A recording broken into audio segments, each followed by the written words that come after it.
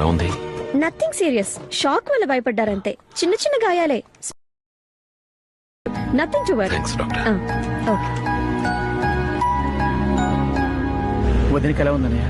ఏం పర్లేదు, నయం అవుతుంది, భయపడక్కర్లేదు. ఆ వీరభద్రం దొరికాడా? వెతుకుతున్నావన్నయ్య?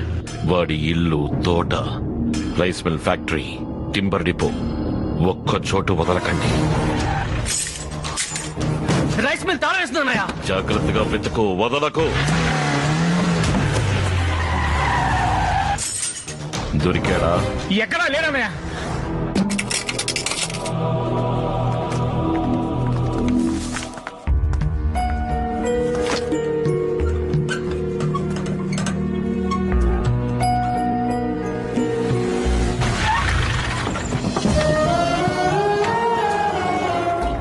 అన్నయ్య, వదినకి ఎలా ఉందన్నయ్య?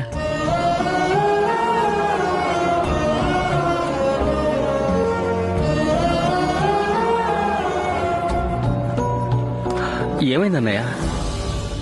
తను వెళ్ళిపోయిందిరా.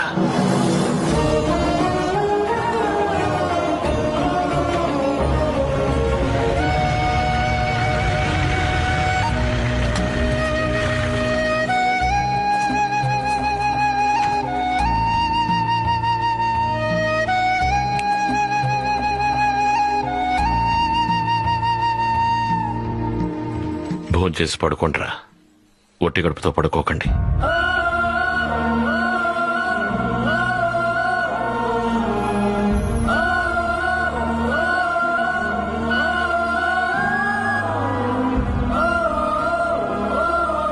మనం తప్పు చేస్తున్నావా? ఈనాళ్ళు మనం చేసిందేరా తప్పు. మనం ఇక్కడ ఉన్నంత వరకు అన్నయ్య మన గురించే ఆలోచిస్తూ ఉంటాడు, తన గురించి ఆలోచించడు. వెళ్ళిపోదారా.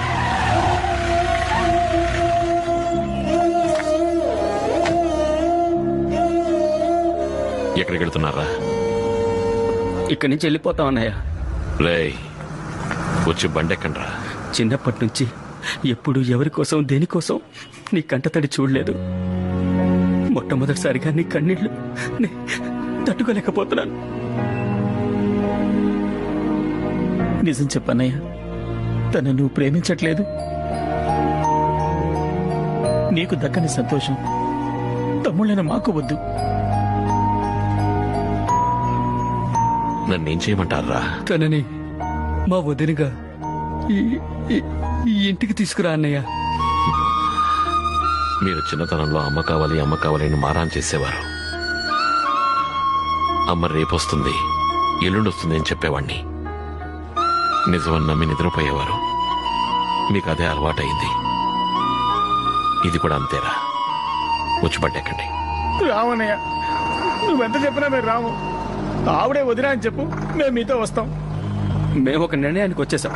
ఇక నిర్ణయం తీసుకోవాల్సింది నువ్వే అన్నయ్య.